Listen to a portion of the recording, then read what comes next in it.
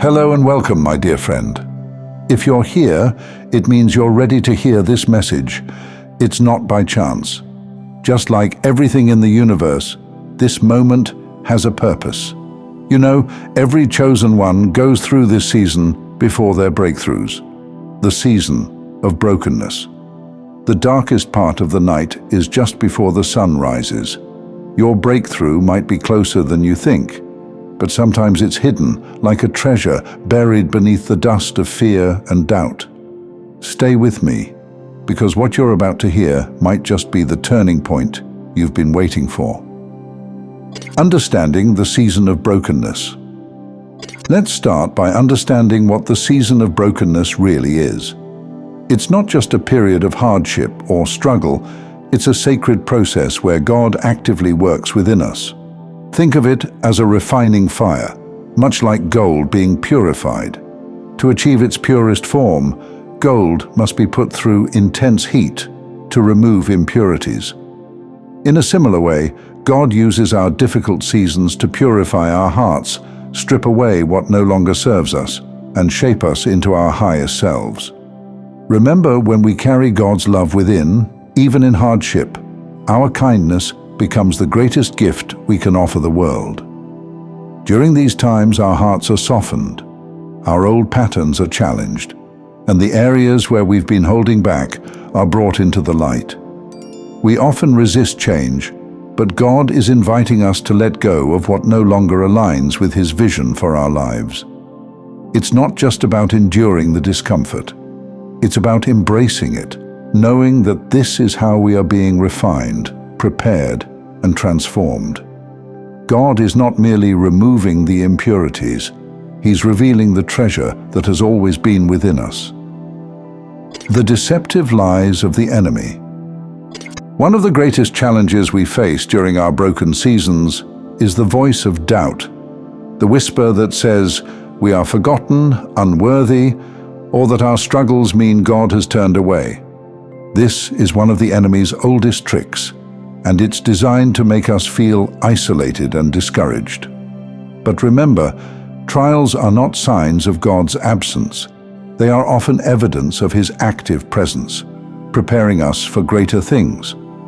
In John chapter 16, verse 33, we are reminded, "In this world you will have trouble, but take heart, I have overcome the world."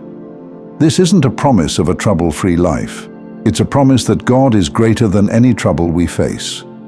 Just as a gardener prunes a plant to help it grow, God uses our challenges to remove what hinders us, clearing the way for new growth and opportunities.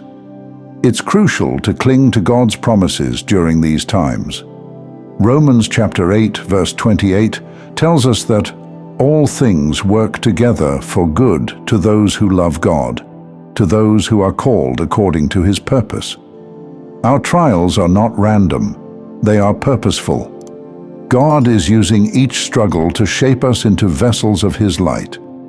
The lies of the enemy cannot stand against the truth that we are beloved, chosen, and continually being refined by the One who knows us best. Embracing the pruning process. Pruning is uncomfortable, but it's an essential part of growth. Sometimes it feels like God is taking things away from us, but in reality, He's making room for something far greater.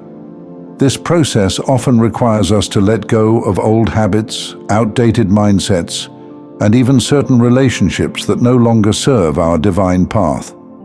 It's not about punishment, it's about preparation. In John chapter 15, verse 2, Jesus explains, "Every branch in me that does not bear fruit, He takes away, and every branch that bears fruit, He prunes, that it may bear more fruit." Just like a master gardener, God knows exactly what to remove and what to nurture. He cuts away the dead and unfruitful areas of our lives so that we can grow in strength, wisdom, and spiritual maturity. Instead of resisting, we need to trust this process. Embrace the pruning with faith, knowing that God is shaping you for something magnificent. The very things you're losing today might be the things holding you back from the blessings of tomorrow. When you feel the cut, remind yourself that it's making space for new growth, new blessings, and new levels of your purpose. Suffering well, a call to faithful endurance. We live in a time that tells us to avoid pain at all costs, but there is power in learning to endure our struggles with grace. To suffer well means to maintain your faith, to keep trusting, and to continue praising God even in the darkest moments. It's not about pretending that everything is fine, it's about holding onto the truth that God is with you, even when life feels anything but certain. Jesus exemplified this during his own trials, showing us what it means to endure with purpose. He didn't ask to be spared from suffering, he asked that God's name be glorified through it. And through his endurance, we find the ultimate example of how to face our own hardships. When we offer up our pain, our fears, and our doubts, God can turn even the heaviest burdens into testimonies of his love and power. Don't waste your season of brokenness. Let it draw you closer to God. Let it deepen your faith, and let it refine your character.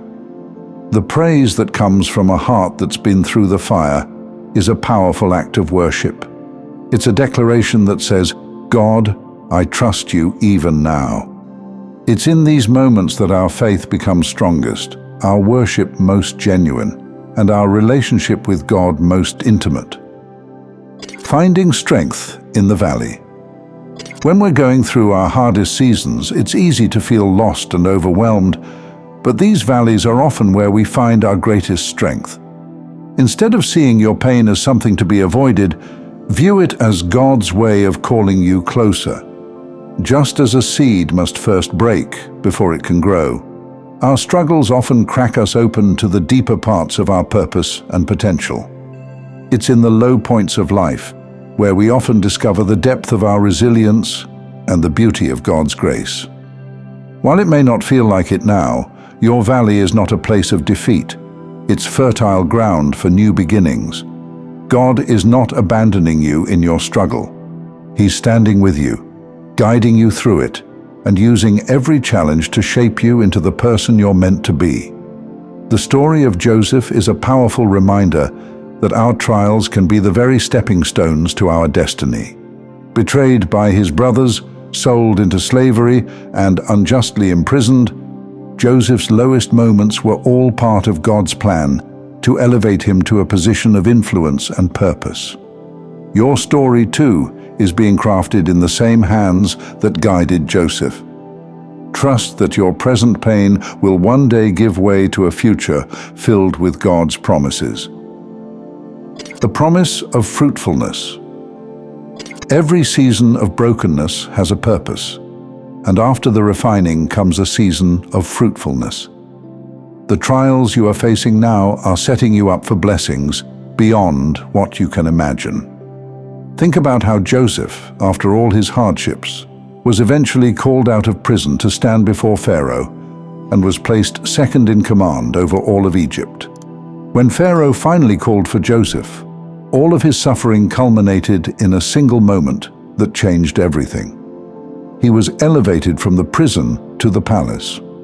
His story teaches us that God uses our lowest moments to prepare us for our greatest opportunities. Just like Joseph, your current struggles are not in vain. They are refining you for the extraordinary path God has set before you. As it says in Genesis chapter 41, verses 41 to 42, "So Pharaoh said to Joseph, I hereby put you in charge of the whole land of Egypt." Then Pharaoh took his signet ring from his finger and put it on Joseph's finger.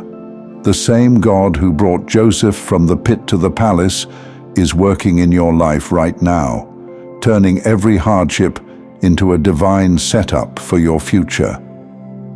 Living out the lessons of brokenness. So how do we navigate these difficult seasons?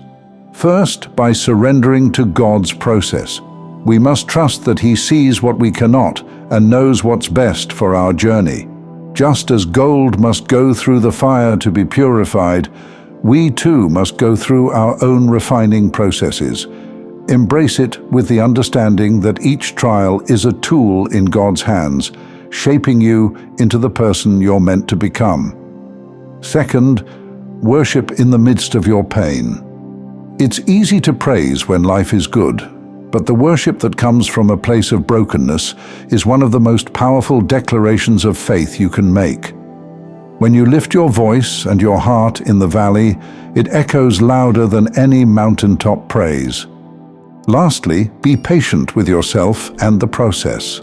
God is not just interested in taking away your pain. He's using it to reveal your true strength, to develop your character, and to position you for greatness.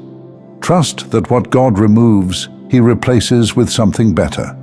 The pruning may be painful, but the fruit it produces is worth every tear. God's refining fire is not meant to destroy you, but to make you shine.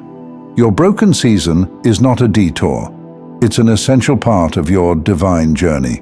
Remember, God isn't interested in making your life easy. He's interested in making you whole. He's not just preparing blessings for you, He's preparing you for the blessings. Your season of brokenness is not the end. It's the beginning of something extraordinary. Don't let the pain of today blind you to the promise of tomorrow. Hold on to hope, cling to your faith, and remember that God is with you every step of the way. Your breakthrough is closer than you think. Keep pressing forward, because your story isn't finished yet. God is still writing, and the best chapters are yet to come. Thank you for taking this journey with me, my friend. If you found value in this message, please like the video, share it with others who might benefit, and subscribe. As you continue your growth journey, watch one of the videos showing on your screen that resonates with you the most. See you there.